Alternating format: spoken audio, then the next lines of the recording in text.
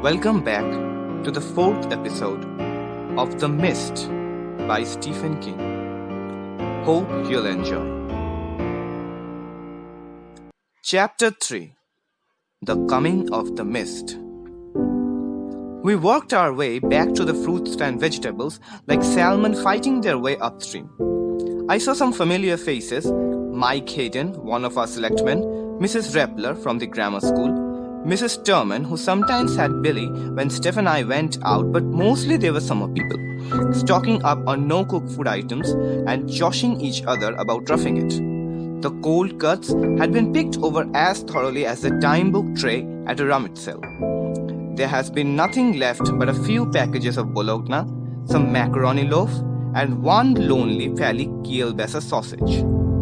Look, Billy said as we rounded the corner into the fourth aisle. there's some army guys. There were two of them, the dun uniforms standing out against the much brighter background of summer clothes and sportswear. We had gotten used to seeing a scattering of army personnel with the Arrowhead project only 30 miles or so away. These two hardly were old enough to shave yet. I left the cart and walked my way down to the wine and got a bottle. As I walked back, I passed the big double doors leading to the storage area and heard the steady roar of a good-sized generator. Norton appeared as we just got into the line, balancing 2 6-packs of Slitstrite, a loaf of bread, and the kielbasa I had spotted a few minutes earlier. He got in line with Billy and me. It seemed very warm in the market with the air conditioning off, and I wondered why none of the stock boys had at least choked the doors open. The generator roared monotonously. I had beginnings of a headache. The lines were up past the frozen food now. Geez, why can't they hurry up, Dad? Billy asked. Keep cool, champ, I said. We were standing in the line that would eventually lead us to the checkout where Bert Brown was standing. There were still maybe 30 people in front of us. The easiest one to pick out was Mrs. Carmody in her blazing yellow pantsuit. She looked like an advertisement for yellow fever. Suddenly, a shrieking noise began at a distance. It quickly built up in volume and resolved itself into the crazy warble of police siren. A horn blared at the intersection and there was a streak of brakes and burning rubber. I couldn't see.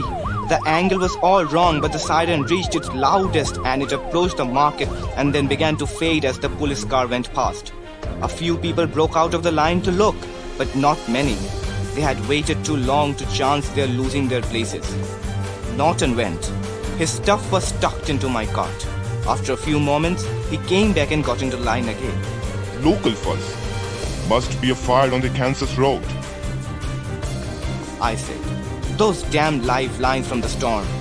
That gave my disquiet something to crystallize on. There were live lines down in our yard. Bert Brown said something to the checker he was supervising. She had been craning around to see what was happening.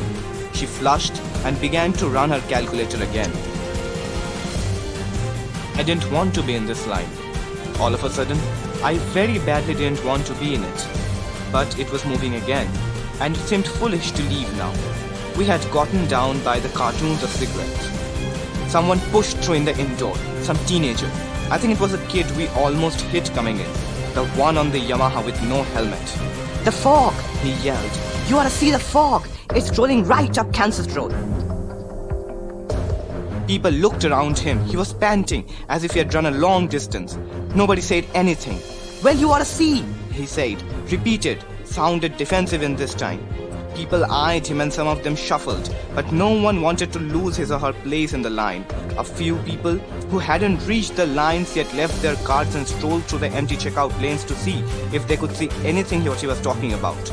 A big guy in a summer hat with paisley band yanked open the outdoor and several people, 10 maybe, a dozen went out with him. The kid went along.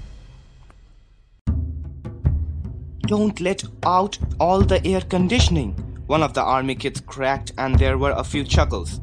I wasn't chuckling. I had seen the mist coming across the lake. The line moved forward again. People craned their necks looking for the fog the kid had mentioned, but there was nothing on view except bright blue sky. I heard someone say that the kid must have been joking. Someone else responded that he had seen a funny line of mist on a long lake not an hour ago. The first whistle whooped and screamed. I didn't like it. It sounded like big league doom blooming that way. More people went out. A few even left their places in line, which speeded up the proceedings a bit.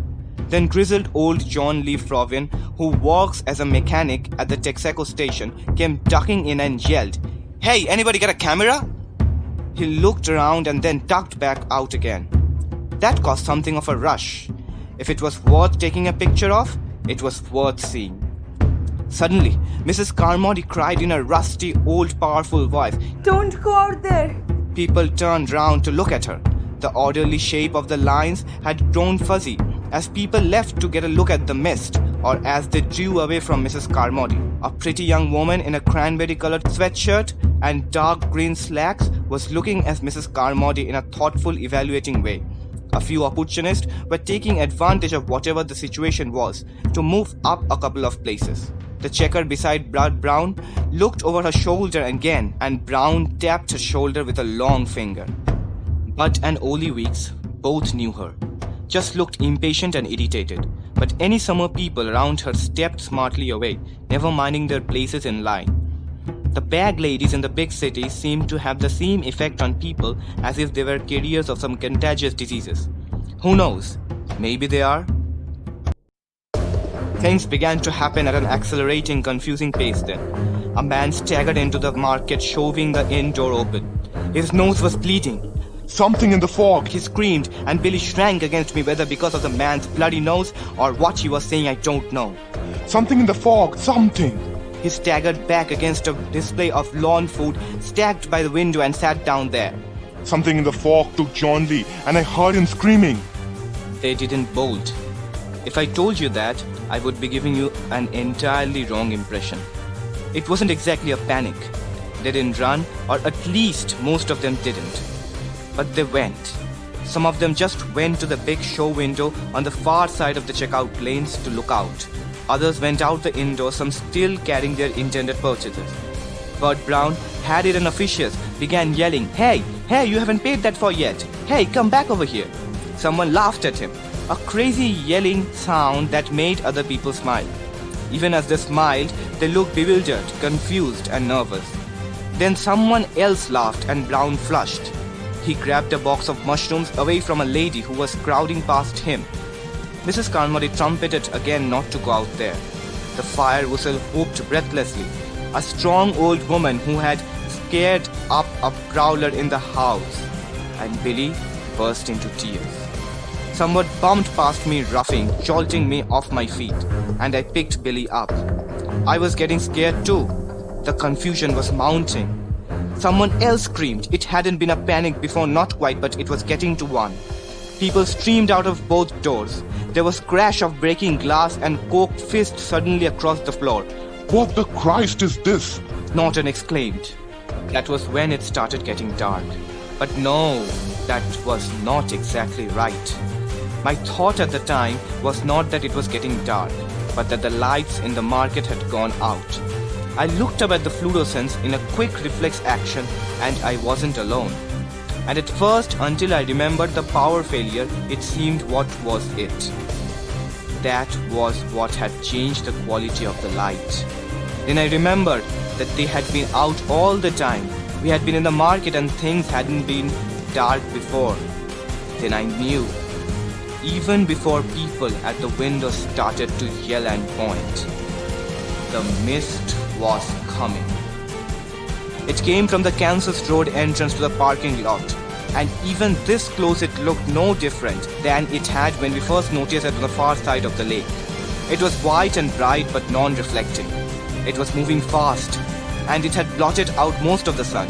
Where the sun had been there was now a silver coin in the sky, like the moon in winter seen through a thin scud of cloud. It came with a lazy speed. Watching it reminded me somehow of last evening's watersprout. There are big forces in nature that you hardly ever see. Earthquakes, hurricanes, tornadoes. I haven't seen them.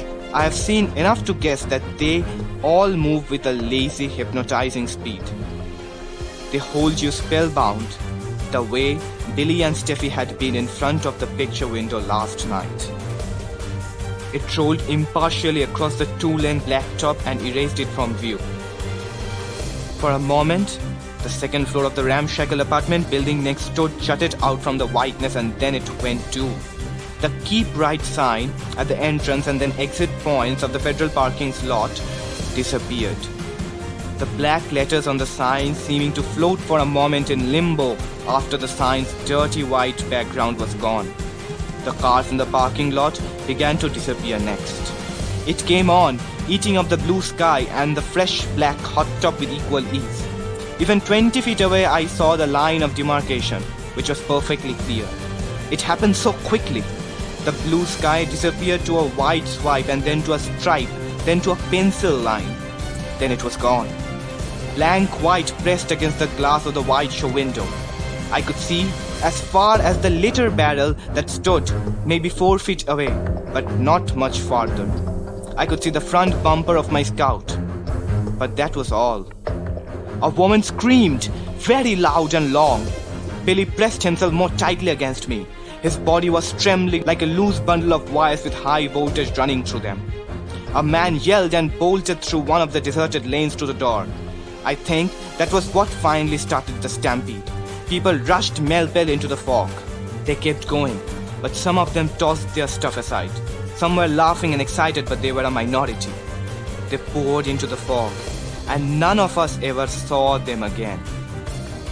There was a faint, acrid smell drifting in through the open door. People began to jam up there. Some pushing and shoving started. I was getting an ache in my shoulders from holding Billy. Norton started to wander off, his face preoccupied and rather bemused. He was heading for the door. I switched Billy to the other arm so I could grab Norton's arm before he drifted out to reach. He turned back. "No, man, I wouldn't," I said. What? "Better wait and see." See what? "I don't know," I said. You don't think? He began, and a shriek came out of the fog. Norton shut up. The tight jam at the outdoor loosened and then reversed itself. The babble of excited conversation, shouts and calls subsided. The faces of the people by the door suddenly looked flat and pale and two-dimensional. The shriek went on, competing with the fire whistle. It seemed impossible that any pair of human lungs could have enough air in them to sustain such a shriek. Norton muttered, Oh my God!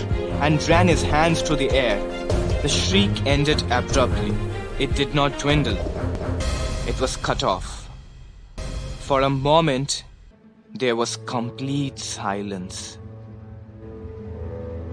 A constellation of moons suddenly glowed into being outside. The parking lot, sodium lights undoubtedly supplied by underground electric cables, has just gone on. Don't go out there. It's death to go out there.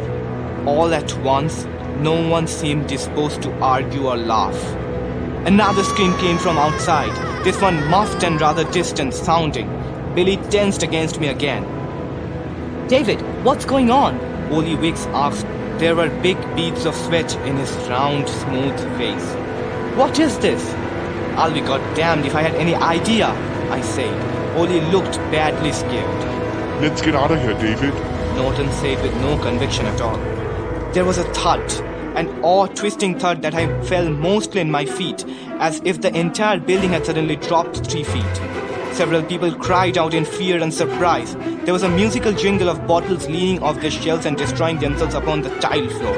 A chunk of glass shaped like pie wedge fell out of one of the segments of the wide front window, and I saw the wooden frames dangling, thus heavy sections of glass buckled and splintered in some places. The fire whistle stopped in a mid-whoop. The quiet that followed was the bated silence of people waiting for something else, something more. I was shocked and numb, and my mind made a strange cross-patch connection with the past.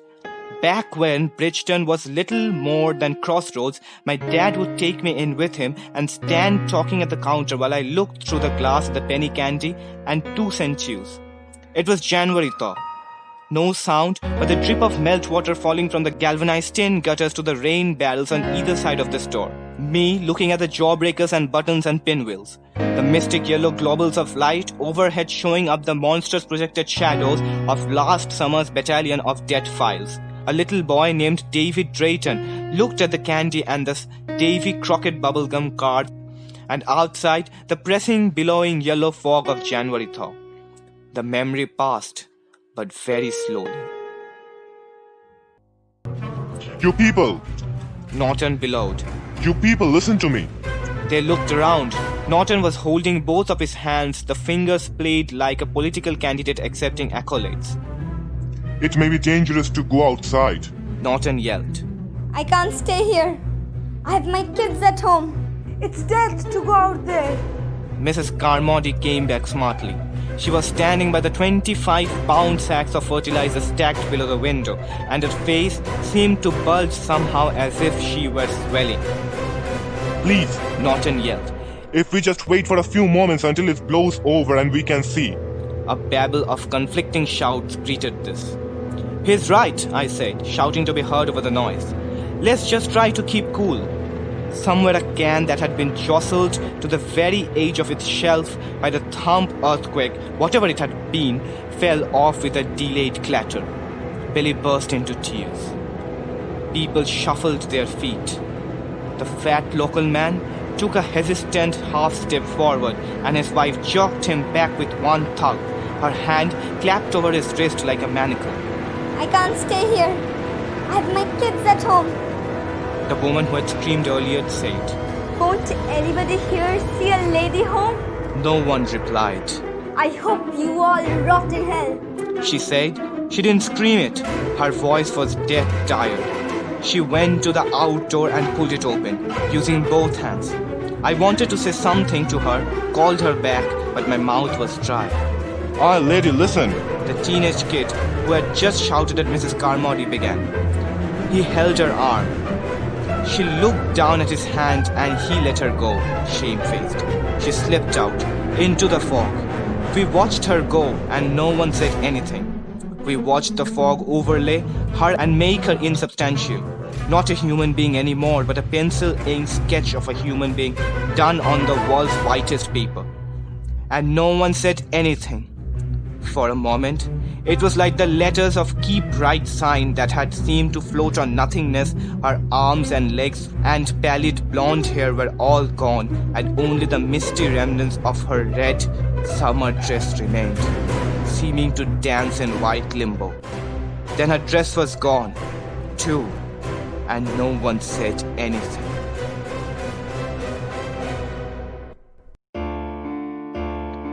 Thank you for listening to the 4th episode of The Mist by Stephen King. Please subscribe to the channel for more.